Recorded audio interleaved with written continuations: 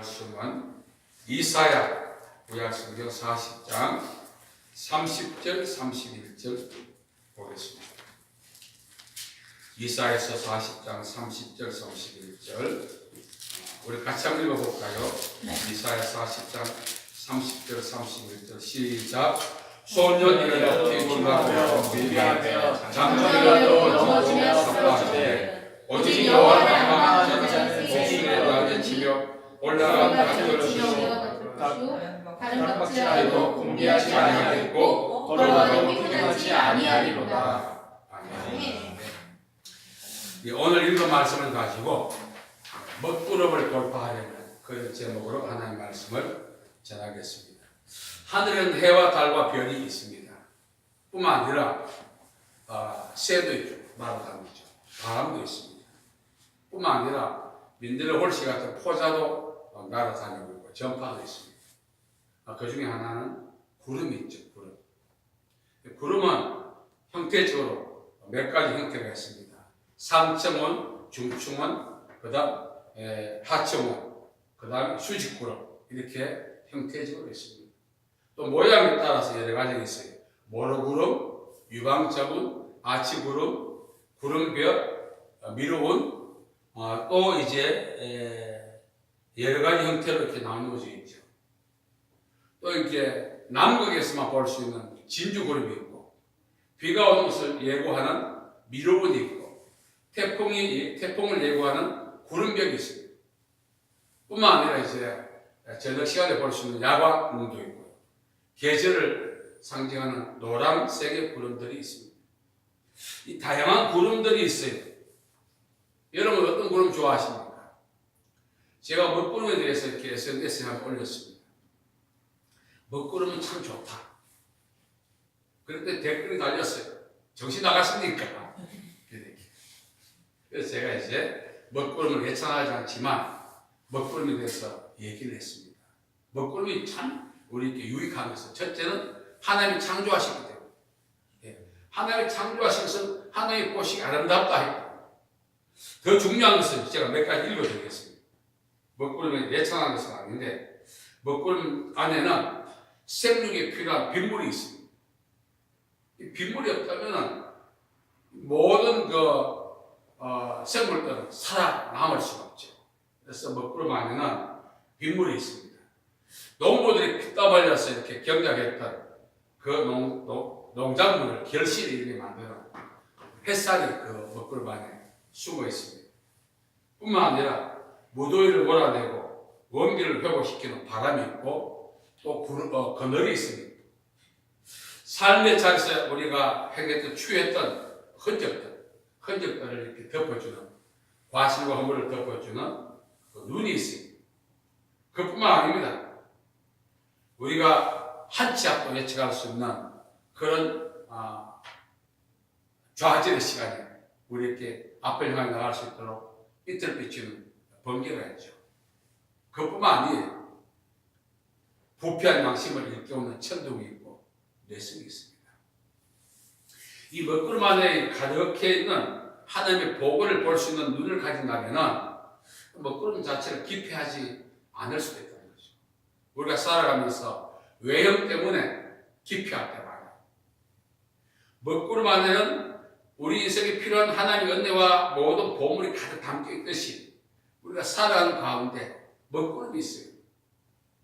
우리가 생각하는 다양한 먹구름도 있죠. 기피하는 이유는 먹구름 자체가 음산한 느낌을 주고, 또 과거에는 예로부터 먹구름 자체가 제약과 여러 가지 인간의 삶에 불길한 징조로 우리가 여기기 때문에 먹구름을 싫어합니다. 그러나 먹구름 안에는 방금 제가 말씀드린 것처럼 우리 생존에 필요한 하나님의 은혜와 그 모든 사랑과 애정이 그 안에 담겨져 있는 것을 우리가 보게 됩니다. 자, 이 먹구름은 오늘 우리에게 무엇을 상징하는가? 우리가 기피하는 먹구름, 시련이라고 할 수 있습니다. 사실 먹구름 안에는 생존에 필요한 모든 은혜가 있듯이 시련 역시 마찬가지입니다. 우리는 시련 그 자체를 기피하고 가능한 위하기 원합니다. 왜? 시련 자체를 싫어하기 때문에. 그러나 합력해서 선을 이루신 하나님의 은혜, 바울이 3번 강구했을 때 내 은혜가 내게 족하다 했던 것들. 욥이 나의 가는 길을 그가 아시나니 그가 나를 다져나서 후에는 내가 정금같이 나온다 했던 고백. 이 모든 과정 속에 시련은 결코 우리가 기피할 대상이 아니라는 것을 알게 됩니다. 도공이 만든 도자기 있지 않습니까? 그 도자기 모양을 하고 있지만 이 불가마를 통과하지 않으면 여전히 한 줌의 흙에 불과합니다. 그러나 그 보잘것없는 한 줌의 흙이 가치 있는 도자기가 되려면 불가마를 통과해야 하는 거죠. 이 고온의 불가마는 누구든지 기피합니다. 그러나 그 고온의 불가마가 보잘것없는 한 줌의 흙을 가치 있는 도자기로 만든다는 의미에서 볼 때는 기피할 것이 아니라 오히려 더 깊이 우리가 침몰해갈 필요가 있다는 거죠. 우리가 살아가는 과정 속에 많은 먹구름들이 있습니다. 수많은 사람들을 제가 만났습니다. 그분들 입에서 나오는 모든 그 장탄식의 경우에는 이 먹구름이 끝이 없다는 거예요. 마치 양파같이. 해치고 난 다음 휴식을 취하면 또 타고 온다는 거죠. 휴식을 취하면 또 다시 타고 온다는 거죠. 인생 양파 껍질 벗기 뱉듯이 고난을 벗기고 하루도 제대로 안식의 삶을 살지 못하다 끝난 것 아닌가 불행해하는 분들도 많이 있다는 것을 제가 보았습니다. 중요한 사실은 이 고난을 어떻게 보느냐 중요하죠.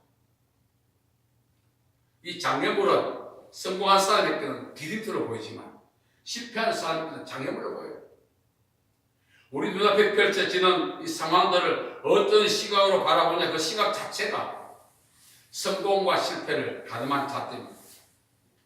통과한다고 성공한 것이 아닙니다. 우리가 어떤 시각을 갖고 사는가가 상당히 중요하죠. 오늘 말씀에 보면은 소년이라도 피곤하고 공비하고 장정이라도 넘어지고 자빠진다 이 말은 탁월한 사람들도 한계 상황에 직면할 때 있다는 거예요. 그 한계 상황이 고난, 시련입니다. 이 고난과 시련을 돌파할 수 있는 유일한 방법은 여호와를 앙망하는 자라 했어요. 여기서 신앙을 이야기합니다. 물구름이 바라본 것이 아니라 하나님을 전격을 다해서 하나님을 의지하고 신뢰하고 행동하는 것을 포함하고 있습니다. 시편 18편 29절을 보면은 내가 적군을 달리고 담을 뛰어넘는다. 그 앞서 말씀에 보면 주를 의뢰하고 적군과 담은 인간의 한계를 이야기합니다.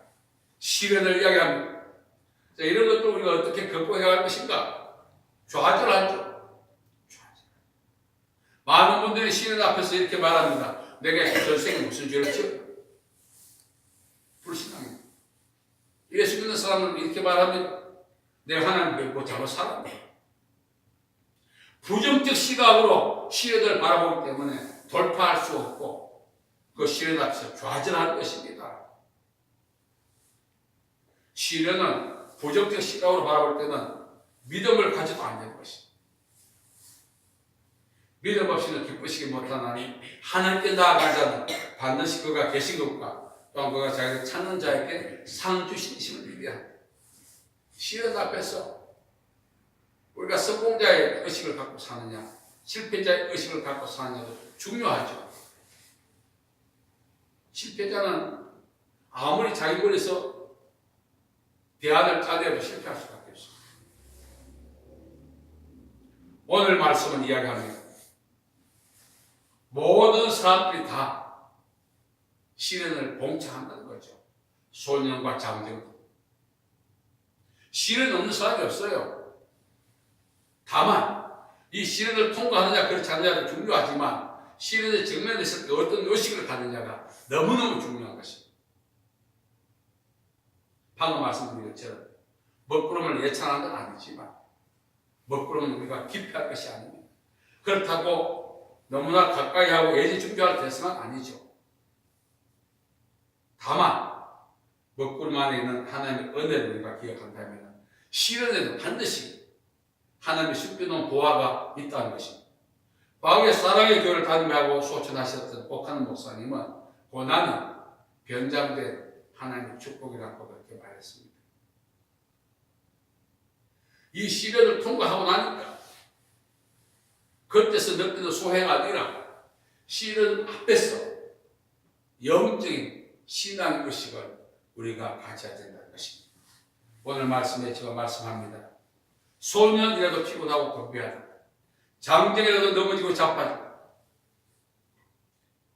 이거는 누군가 무언가 잘못했기 때문에 받는 징계가 아니란 사실입니다. 그래서 우리가 시련이 올 때, 고난이 올 때, 하나님이 내가 무슨 잘못했을까 하는 그런 자책감, 죄책감, 그런 의식들은 시련을 돌파할 수 있는 의지도 없다는 사실. 우리의 잘못과 관계없이 시련을 다가온다는 사실. 오늘 우리 삶 주위에는 먹구름이 너무 많죠. 예, 이 시절이 됐으니까 학생들은 커트라인이 먹구름이죠. 이걸 돌파해야 되죠. 이 돌파하는 방법은 뭡니까? 지혜를 발휘하는 거죠. 지혜. 열심히 공부하는 거죠. 양동작지라고 하는 것이 있습니다. 수리의 두 바퀴죠. 우리가 기도도 하지만 그 기도가 성취될 수 있는 그런 우리의 노력과 수고가 따라가야 하는 것이. 기도만 하면 되는 게 아닙니다. 어떤 분이 10등급 받았어요. 그래서 급식하러 수고 옷살이 기도이 났습니다. 왜 가십니까? 서울대 에어포트요. 제가 그랬습니다. 그거는요, 그 앞에 두 자 빼고 그 다음에 지십니다. 앞에 두 자 뭔지 아십니까? 밑자가 앞에. 우리가 기도를 성취할 수 있는 그런 능력을 보유해야 하는 것입니다. 신앙이 습관이 될 수 없어요. 아무리 믿음이 있어도 시련 앞에는 매 앞에 장사 없듯이 시련 앞에는 신앙도 다 날아가게 있습니다. 경험을 해야 돼요. 하나님을 의지하고 사소한 것부터 또 이제 태산 같은 그런 상황들을 돌파한 경험들이 우리에게 있어야 되는 것입니다. 그래야 시련 앞에서 좌절하지 않죠. 중요한 사실은 의식을 점점 확대시켜 나가는 방법은 경험이에요. 하나님 나를 도와주시는 걸 믿습니다. 여기 멈추지 말고 그 믿음을 의지해서 사소한 언덕을 넘어가고 그 다음 또 넘어가고 태산을 넘어가고 이런 경험들이 있어요. 그래서 신앙은 실제라고 합니다. 경험이 너무 중요해요. 하나님이 도와주십니다. 이렇게 많은 사람에게 멘토 역할을 했는데 진작 자신은 시련이 오면은 그 기미만 보여도 안절부절 못해요. 속빈 강경들이 우리 주위에 얼마나 많아. 그래서 우리가 하나님을 의지하고 남들을 볼 때 그것까지 하더라고. 내게는 벅차다는 거죠. 경험자 입장에서 볼 때는 보잘것없지만 나는 생소하다는 거죠. 근데 그러한 것들을 생소하고 정말 남들이 과소평가하는 것이 있지만 우리는 하나님을 의지해서 넘어가는 이런 과정의 경험들이 있어야 되는 것입니다. 그럴 때 어떤 상황이 온다 할지라도 두려워하지 않게 되는 것입니다. 어디 졸업하고 한 번도 실습하지 않고 이렇게 수술도 오고 주면 만도시네. 충분한 실습을 해야만 되는 단번에 매끄럽게. 그렇지 않으면 걸려 만들어버려요. 살아가면. 우리 살아가면서 하나님을 의지하고 믿음으로 행동하는 이런 경험의 횟수가 많아질 때 하나님을 신뢰하는 힘도 크죠. 어떤 상황 앞에도 두려워하지 않습니다. 저도 이 치유사역을 오랫동안 했는데 처음 기도할 때는 나을까? 안 되면 어떡하지? 이런 부족적 생각을 갖고 시작하지 않았어요. 나는 기도하고 하나님이 일하신다. 이걸 갖고 바로 시작했기 때문에 기도할 때마다 하나님의 역사를 일으키셔서 경험합니다. 그런 경험이 많다 보니까 환자 기도할 때는 대수롭지 않는 거죠. 왜? 하나님이 기도할 때마다 응답해 주신 경험이 남아있습니다. 만약 처음 한다면 안 나면 어떡하지? 불안감이죠. 오늘 우리 살아가면서 먹구름을 돌파하는 것은 첫째 믿음. 하나님 나와 함께 하시고 도와주시는 믿음. 번째는 그 믿음을 의지해서 계속해서 생활 속에서 경험되어져야 될 것입니다. 이게 인식이 남아있어요. 하나님 나를 도와주셨다는 그 믿음의 경험이 현재 상황을 돌파하는 저력을 발휘하게 되는 것입니다. 한 번도 그런 경험 없으면 믿음을 적용하는데 실패해요. 설령 하나님 도와주셨다 할지라도. 그래서 첫 단추를 제대로 끼우지 못하면 마지막 단추가 들어갈 구멍이 없다고 했어요. 믿음의 첫 단추를 잘 끼우셔야 돼요. 행동의 첫 단추를 잘 끼우셔야 돼요. 다시 말씀드립니다. 소년기에도 피곤하고 건배하고 장정에는 넘어지고 자빠진 얘기죠. 우리가 살아가는 가운데 직면하는 먹구름은 신앙생활을 잘못한 데 대한 징계가 아니라는 사실. 그렇게 인식한 순간부터 헤어나오지 못해요.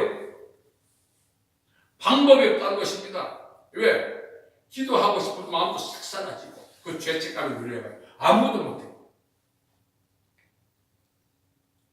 하나님 나와 함께 있으면 드러내는 기회를 삼고 그 고난이 나의 삶에 달려붙는 촉매제가 되고 이런 의식화를 자꾸 해야 됩니다. 내 생각에 의식화해야 돼요. 그리고 믿음으로 살아갈 때 역사가 일어나죠. 말은 하나님 도와주시지만 의식은 그런 경험이 없다 보니까 이 선언 자체가 아주 약골 같은 소리 하는 거예요. 허풍은 아닙니다만 믿음의 선언도 하나님이 도와주셔서 경험했을 때 강력하게 우리 안에서 울림이 나오죠. 그렇지 않으면 하나님 도와주십니다. 이렇게 꼴려내야 돼요.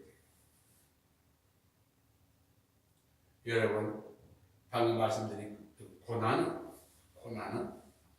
우리를 좌절시키고 우리 잘못에 대한 하나님의 징계가 아니라 다시 한번 우리를 상승부득하게 만드시는 하나님의 능력과 은혜가 임하는 통로라는 사실을 우리는 기억해야 합니다. 그리고 그걸 적용해 나가야 되죠. 적용해 나가야 돼요.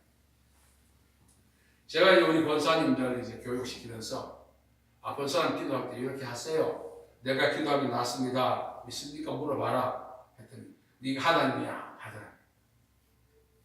치유에는 몇 가지 조건이 있는데 하나님의 계획, 두 번째는 당사자의 믿음, 세 번째는 사역자의 믿음, 네 번째는 중보자들의 믿음, 다섯 번째 성령의 기름 부음이.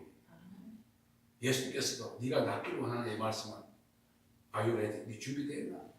낫고자 하는 믿음이 있느냐? 내가 지금 치유할 텐데 받을 준비되었느냐? 이렇게 물으시는 거예요. 그런데 당사자가 그런 믿음이 없으면 안 되는 거죠. 오늘까지 여러분 살아오시면 축하드립니다.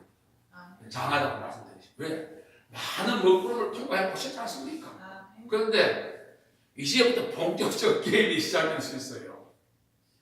뭐 어떻게 할까? 지금까지 겨우 살아가는 거 아닙니다. 겨우 사는 거 아닙니다. 그 생각을 버리셔야 되는 것입니다. 그걸 미쳐도록 어떤 먹구름도 내가 돌파하겠다 사고를 갖고 계셔요.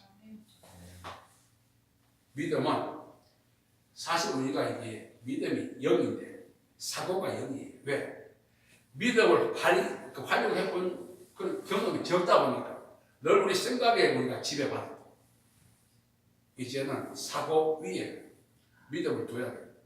그렇게 하려면 사소한 거지만 남들이 볼 때 별거 아니지만 야 그것도 못해 지금까지 핀자 듣더라도 내게는 부담이 되고 과중하다는 거죠. 그것들을 하나님 의지해서 한 걸음 한 걸음 넘어가는 그런 계기가 되셔야 안 늦었어요. 그렇게 살다 보면 어느 순간에 어떤 태세 같은 문제 앞에서도 요동하지 않는 그런 믿음의 삶을 우리가 살아갈 수 있다는 것입니다. 오늘 우리 앞에 있는 먹구름들 인식을 바꾸시오. 야 이거 어떻게 하나? 어떻게 하나가 아니고 하나님은 감당하지 못할 시험은 허락지 아니하시고 시험 당할 때 피할 길을 내신다 했어요. 이런 하나님의 말씀을 무장돼서 내 자신을 지배해왔던 부정적 사고를 추방시키고 하나님의 말씀의 믿음의 능력이 나를 지배하게끔 만들어야 되는 것입니다. 저는 참 신기하다니 처음에 신기했어요. 다른 사람이 유치인데 예수님의 이름을 명령했을 때 육체가 확 움직일 때, 내 자신이 컨트롤 안 하는데 참 하나님의 능력이 위대하시구나 그걸 알게 됐습니다. 계속 지금까지 사역을 했기 때문에 부담감도 없고 부정적 생각도 없고 기도하면 남는다는 생각만 다 남아있어요. 만일 처음 한다면은 이 부담 100배에다가 믿음도 없는 데다가 상대방까지 실망시키면 어떻게 되겠어요? 하나님을 의지해야 합니다. 물꼬를 바라보지 말고 하나님 의지해서 행동하면, 우리가 하나님의 그 은혜 안에서 행동하면 탈승하지 않는 한 하나님 반발하지 않습니다. 감당할 수 있도록 도와주시는 거예요. 자, 여러분들 힘들게 했던 그 지난날 그 사람 인간관계 환경들 조건 여건들 있잖아요. 그것들 지나간 그 모든 사람들께 우리 고맙다고 하십시오. 왜? 그 고마운 것은 그들이 하나님의 능력이 있어 내게 밟혔기 때문에 내가 오늘까지 왔지. 그들이 내 발에 밟히지 않았다면 내가 여기 올 수 없는 거예요. 그래서 우리가 하나님 끝까지 의지해서 인생을 먹고 그것들이 내 인생의 동력이 되게, 내 삶의 촉매제가 되게 만드셔야 되는 것입니다. 하나님 그 능력과 은혜를 주셨어요. 왜? 요가복음 10장 19절에 내가 너희에게 뱀과 쟁과를 밟으며 원수의 모든 능력을 제할 권세를 주었으니 너희를 해할 자가 결단코 없다. 먹구름뿐만 아니라 먹구름 배후에 있는 그 뱀과 쟁과 누굽니까? 마귀죠. 그래서 하나님 말씀을 다 무장했어. 그 말씀이 나를 지배하게 만들어요. 또 그 지배를 받아서 하나로 살면서 경험할 때 무소불위의 사람이 될 수가 있는 사실입니다.